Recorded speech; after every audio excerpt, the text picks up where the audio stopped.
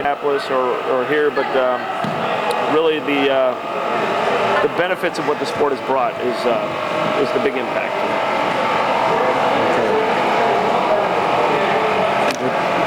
Hold on there. We're going to start back up. Okay. 3, 2, 1. We're back here for the fourth quarter, 42-36, and we're going to see what's going to happen here at this last quarter. We have a strong Texas 6-point lead against the Sarasota team here, the Oklahoma Gunners, and I think the Gunners can pull something off here to break down the 6-point lead and get themselves back in the game towards the end. They're going to give what they have. They gave Pat O'Connor a little substitution break, but the inexperience there with Aaron Powless, it may prove too much because Texas has put their starters back in, and even though this looks like it might be a forfeit, or I don't know if they're playing it straight up, I'm not sure how they're able to justify the 11 points on the court for Hub Around, but big hit there from Mike Whitehead. Mike marks the fan down after nice score back there. I don't know, Cameron caught that with so much fun. There was a little back and forth passing until finally Nick Springer was open and they found him, but it looked like almost a little volleyball game going on. Hey, Springer's filled the back door very well today. That's the reason why he's the leading scorer for Hub Around today, and he's done a great job. Normally you think of Nick Springer as a defensive specialist, but really offensively he's done a bang-up job today for Hub Around. I think we'll, at this point, unless we see something really strange happening, an upset, we're probably going to want to hit the player of the game, and Mark Zupan would probably be my choice at this point for his, though Nick Springer is certainly for the Gunners, but usually we'll pick the player from the winning team, so try to get an interview with Mark after the game. We'll wrap up stuff. Oh, Mark's a great spokesperson too. Of the interviews and the experiences that he's had with Murderball, has really made a great impact on our sport and about what quadriplegics can do. And it's about sport, really. It's not even about the disability. It's about playing rugby, and he's been a great spokesperson on the court. You know, he's an aggressive player. He's made some great plays. He's a good leader of his team. Shinichi backed in for a score, back to a 5-point lead. Yeah, he certainly is the leader in many ways and a real proponent of the sport. They don't want to have him on for a few minutes. Yeah, he's cutting up with Springer there on the court. You know, they're competitive, but you know that. One of the neat things about all these guys is that, you know, we were going to play hard. We're going to we might talk a little smack on the floor every now and then, but really it's a fun-loving social game too. It's just like the able-bodied sport of rugby. You know, you're gonna beat heads while you're playing, but then when it's all said and done, hey, shake their hands and get out and play. You know. There we go. Shimakawa for another goal. Keeps that 5-point lead happening. Hub Around, all they really need to do at this point is once they score here, they need to really just get a turnover, and that could help change the dynamics of this game. Put Texas a little bit back on their heels and get them thinking about it. They have the possession arrow, and they just need to make some plays here. Oh! What do we got to call here? Didn't catch that call. It looks like Texas going to bring the ball in. Looks like a turnover. Shimakawa picked the ball up. Yeah. The pass to Springer, couldn't get a handle on it. Look at this. Look at that. Nice little volleyball hit, and Shimakawa for another easy score. Back to 6 points. That was might have been one of the nails in the coffin of this game. That little bit of a turnover there. It certainly doesn't help their cause. The idea they needed to get a turnover themselves, and they turned the ball over. It really. That was a nice. Found them in traffic. Nick Springer to Aaron, score. I wouldn't say it's over yet for Hub Around, but well, they're. Well, there's a turnover. All right, well, if they can capitalize it, bring it back to 4. Ball should be down over here in the corner. There's still potential here for Hub Around. Yeah. As we were talking about sports before, we were talking about power wheelchair soccer, and as we mentioned before, we have on the crew that's doing this, we have one of the U.S. World team players in power wheelchair soccer. And another sport that what was that pass to? You do it every day. Did it go off of one of the Texas members? I think so. Okay. Looks like the referees are having a little discussion there. Shimakawa may have been off the court before the ball went out of bounds. It's pretty cool. Okay. Gunners retain control of the ball, and no, they don't. Scott Hodgson will bring the ball in. A turnover at a crucial moment here. Scott.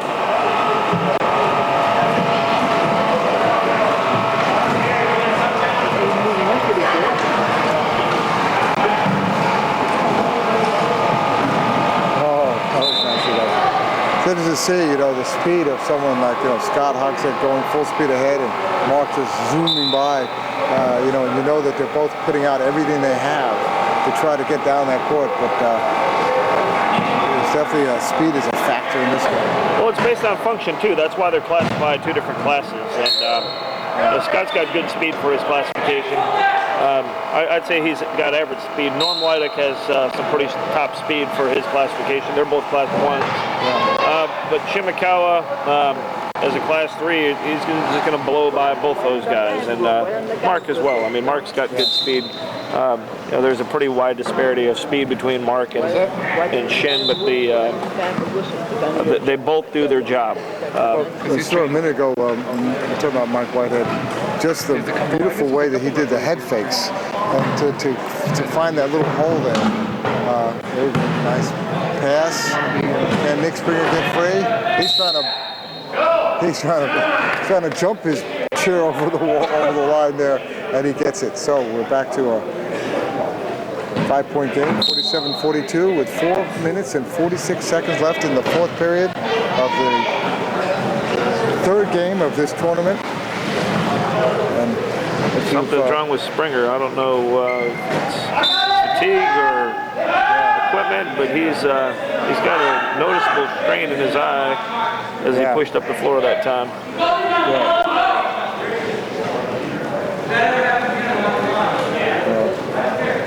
First game we've had. This is the third game.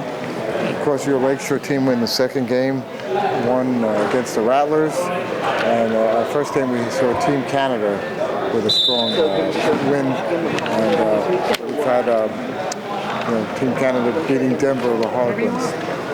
Yeah, Denver, they made that one close. They come back and Canada was only able to beat them by one point. Good defense by Shimakawa. Takes the ball, passes to himself. He scores. 4 minutes, 12 seconds left. 7-point lead for the Stampede. Look at how everybody's bunched up down there. Well, they're looking to get the 10-second in the key call on Rick Marshall down there.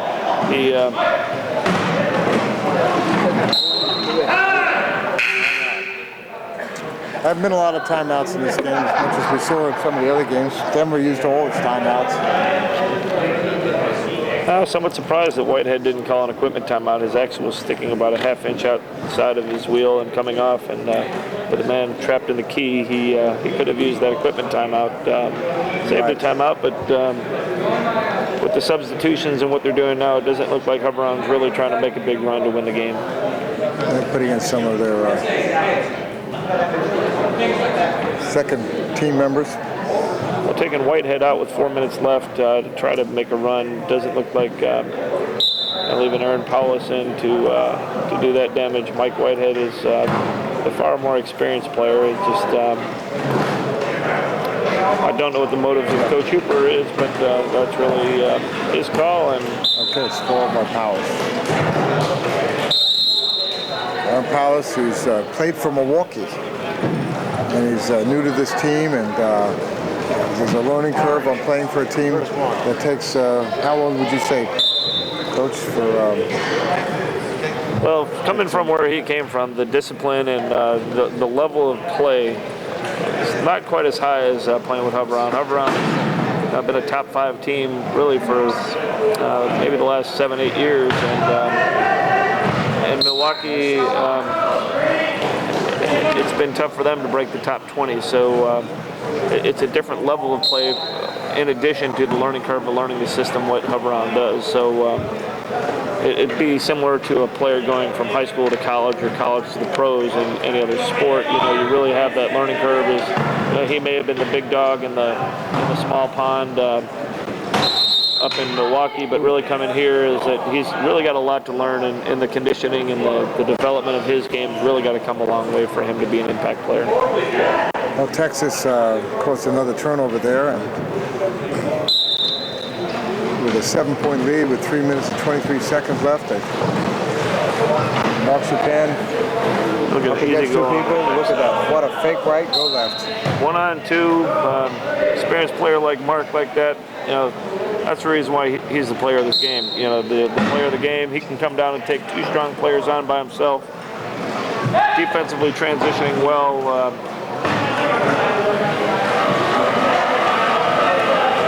These guys they're playing good team ball right now. And Okay, Shimakawa with a nice turnover. I think Mark helped cause that with his heavy pressure there, reaching over and putting his hand up. And there's a nice easy score for Texas. Shimakawa, but you have to definitely give an assist for Mark Chopin for that one. There's no doubt. Great work by Norm Leidick and Scott Hogsett down there as well. Is that they were playing, the 3 of those guys playing that tee down there. They forced that pass that Shimakawa was able to intercept. Just good team rugby right here. Team rugby. Quad rugby at its best.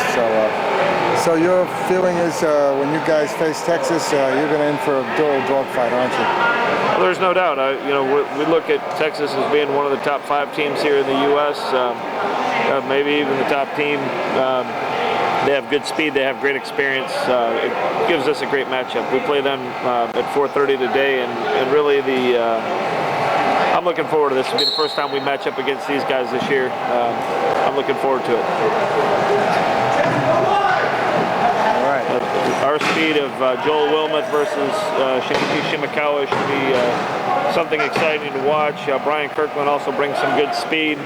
I think the matchup for us is that we have some good height. But again, as we saw, Hubbard had the height advantage on Texas, but Texas was able to use their speed. So there's no pressure. That's why you play the game, right? Yeah.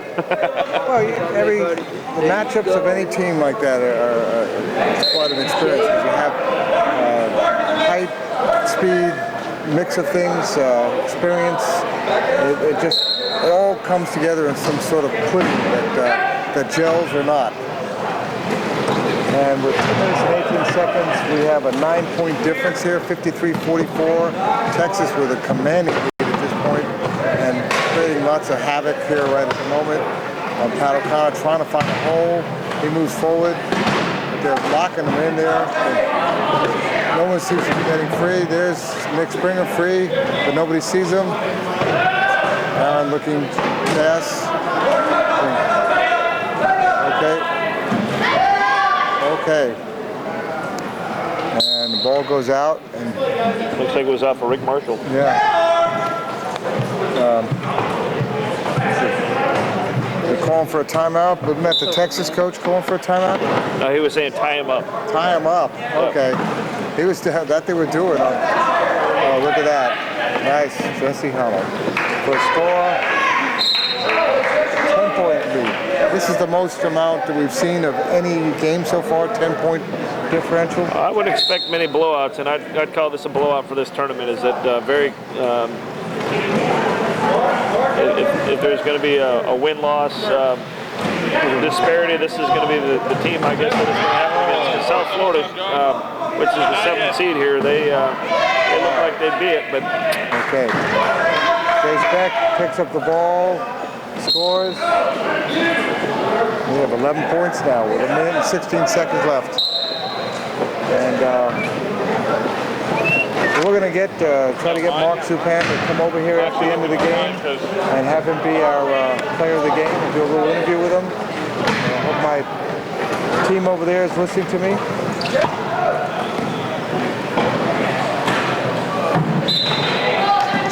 Score there. Nick Springer, who's been probably, I would say, one of the stars of this other team. And we're looking to see what he's going to bring in there.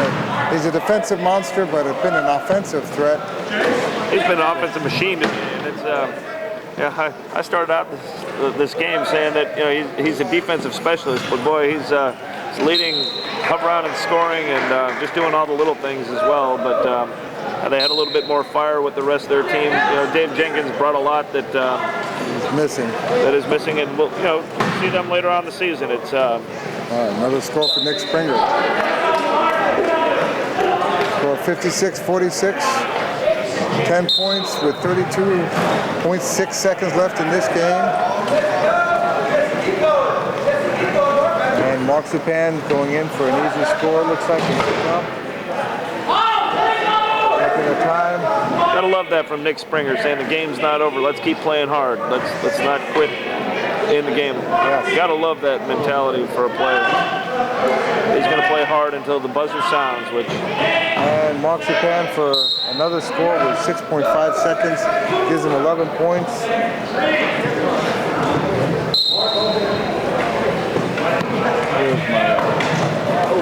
Oh, Mark hasn't given up either. With 6.5 seconds, he's still playing tough defense.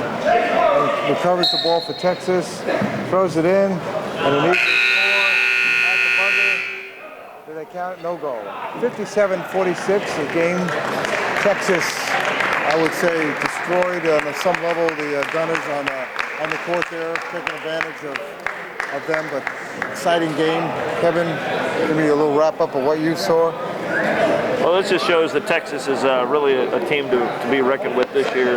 Around, with the loss of Dave Jenkins, knowing that this would just be a formality more or less for them to develop and continue to grow some of their players and develop for the end of the year. Shimakawa and Zupan really quite a duo, and having the picking help, Scott Hoggs at Norm Leddick, they're just going to be a force for this tournament and throughout the year.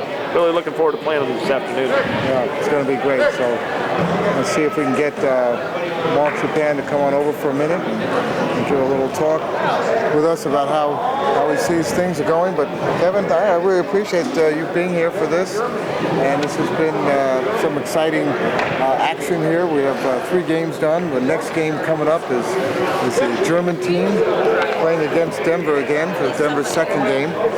And must be a fun little matchup, and we appreciate xable.com covering wheelchair rugby and really looking at the development of these webcasts, and really as people evolve to get involved with the sport. Again, we need more players, we need the support staff, we need all that kind of stuff. So this is a game of opportunity for a lot of people, and we really appreciate the people that have been supportive. And again, thank you, Xable. all right. Hey, Kevin. I don't know, we're going to have everybody. Well,